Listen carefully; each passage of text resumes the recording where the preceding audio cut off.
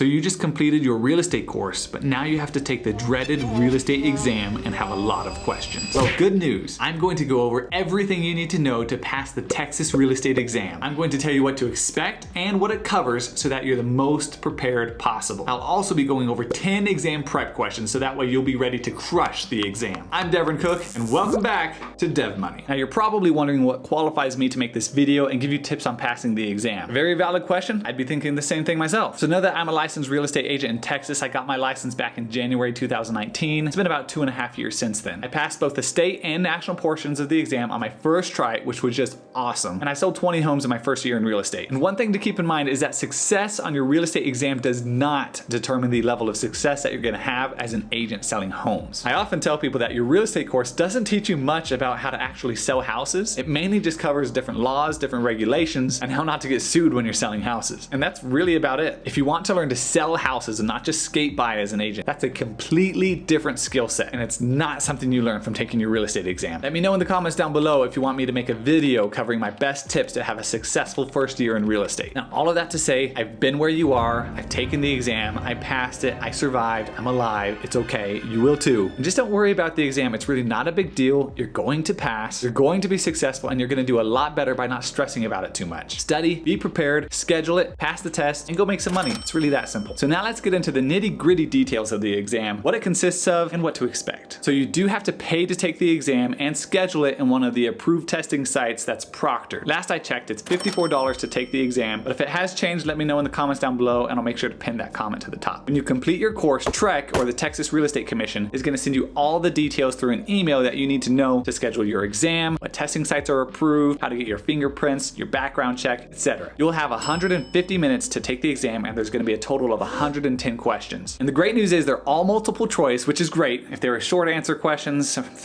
that'd be just ridiculous. I'd hate that. And the exam is broken up into two different portions that are taken back to back. The first is the national portion of the exam. This is the bigger portion. It has 80 questions and you have 105 minutes to complete it. And the second is the state portion, which is gonna be a bit smaller. You have 30 questions here and 45 minutes to complete it. And you do have to get a 70% or higher in each section in order to pass. So just keep that in mind, but it's very doable. And later on in this video, I'm gonna give you tips on how to do that. Okay, so that's all fine and dandy, but what happens if you fail the exam when you go to take it? Well, for starters, you're not gonna fail, you're going to pass. Think positive and believe in yourself. But if you do happen to fail the exam, there's a couple important things to know. If you fail both the state and national portions of the exam, you're gonna have to take both of them again.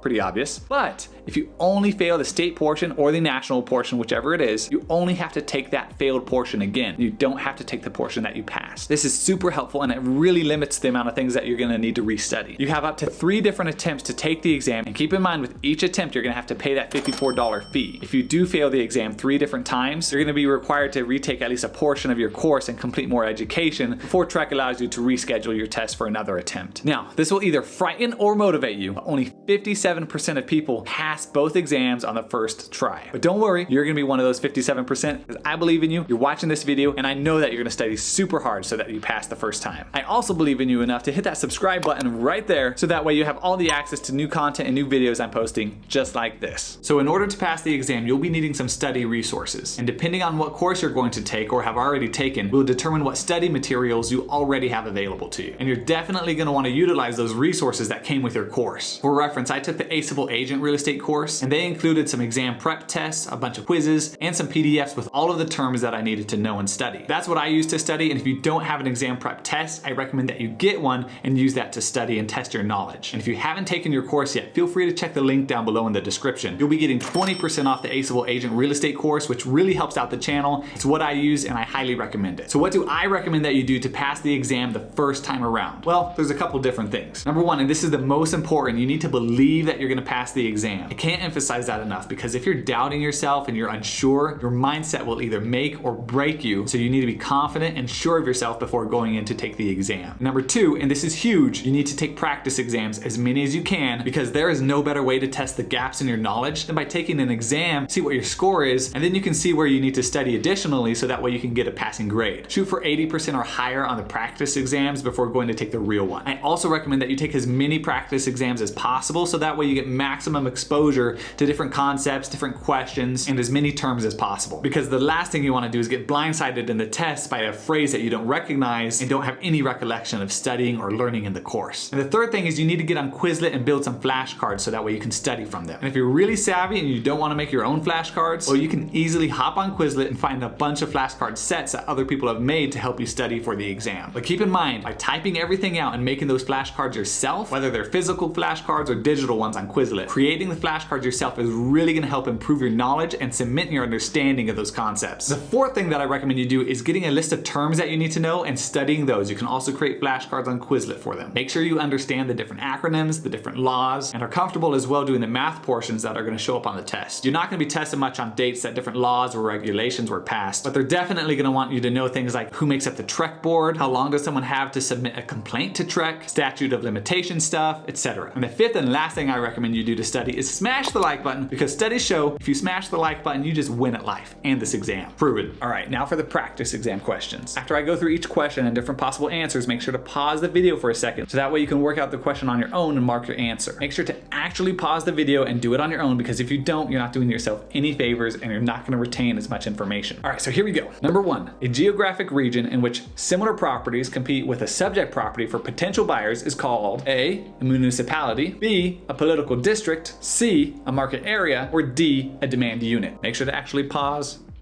And the correct answer is C, a market area. Good job. And question number two, which of the following types of developments allow fee ownership of individual units with joint ownership of common areas? The choices are A, planned unit developments or PUDs, B, cooperatives, C, condominiums, or D, subdivisions. Seriously though, pause. And the correct answer is C, condominiums. And get ready for question number three. The acquisition of another's title to real property by means of open, notorious, and continuous use is known as A, an easement by prescription, B, an easement in gross, C, adverse possession, or D, eminent domain. And if you're one of those people that just goes on the test and just marks C, C, C, C, well, you would be right, because the answer is again C, adverse possession. Yo, I know the C thing is working, but don't just guess C. It's really not a good strategy. That rhymed. C, strategy. All right, and number four. Combining a principal's funds with a licensee's personal funds is A, considered to be commingling, B, establishing an escrow account, C, necessary in real estate speculation, or D, standard practice to ensure a commission. And the right answer is A, considered to be commingling. Definitely don't do that. You'll probably get sued. First tidbit of bonus info, if you want to do well selling homes, know your market. Our question number five, not our first math question, but it does have some numbers in it. Get ready. Under a lease for commercial property, a tenant agrees to pay $4,000 per month plus 3% of the gross monthly sales. This type of lease is called A, net lease, B, triple net lease, C, percentage lease, or D, ground lease. And again, I see you right there sitting in your chair, sitting at your desk, trying to study this, just marking C on everyone. Well, guess what? You're right again. The answer is C, a percentage lease. And question number six, our first math question. If a buyer makes a 20% down payment and obtains a $75,000 mortgage, what is the sales price of the property? Whip out your calculator. Come on, let's do it. Don't just guess. And be prepared, because you're gonna have to do these math questions by hand in the exam. Jokes, they're gonna give you a calculator, don't worry about it. The answers are either A, 82,500, B, 90,000, C, 93,750, or D, 97,500. And you would be right again that the answer is, drum roll please, C, $93,750. Good job, you're really a calculator warrior over there, I saw you. And question number seven, when must an existing agency relationship be disclosed to another party to a proposed transaction? And your options are either A, during a substantial discussion, B, before submitting an offer, C, at no time during negotiations, this one's pretty obvious, or D, at the time of a licensee's first contact. And you would be right that it is D, at the time of a licensee's first contact. If I see you not pausing one more time and just skipping to the answer, and I'll reach my hand through your screen, delete your Gmail account, take your phone, order a pizza, send it to my house, and I'll share any with you. And question number eight, back to another math one. Get your calculator again. A broker is going to lease a 1,200 square foot warehouse at $6 per square foot per year. If the broker's commission will be 8% of the first year's rental income, the maximum amount payable is blank. This is where you write down your answer, which I'm going to give you the options, but you could figure it out on your own probably without the multiple choice. But this is why we have multiple choice. It makes it a bit easier. A, $576, B, $691, C, $720, or D, $960. And since you're just a math whirlwind genius, I know that you got the correct answer, which is of course A, $576. Second tidbit on selling homes, practice scripts. Really know them. Question number nine, we're almost to the end. An individual is exempt from real estate license licensure in Texas when performing which of the following activities? A. Selling real estate to another person. B. Offering an employer's property for rent. C. Procuring prospects in the hopes of renting particular properties. Or D. Locating apartment units for a tenant. And you would be correct in that the answer is B. Offering an employer's property for rent. Third tidbit to selling homes like Sirhan, you have to outwork everybody. All right, the last question, number 10, and our last math question. Greg borrowed $15,000 to buy a business. The interest rate was 11%. If Greg paid all the interest and the amount borrowed in a single payment after 16 months, what is the amount of this payment?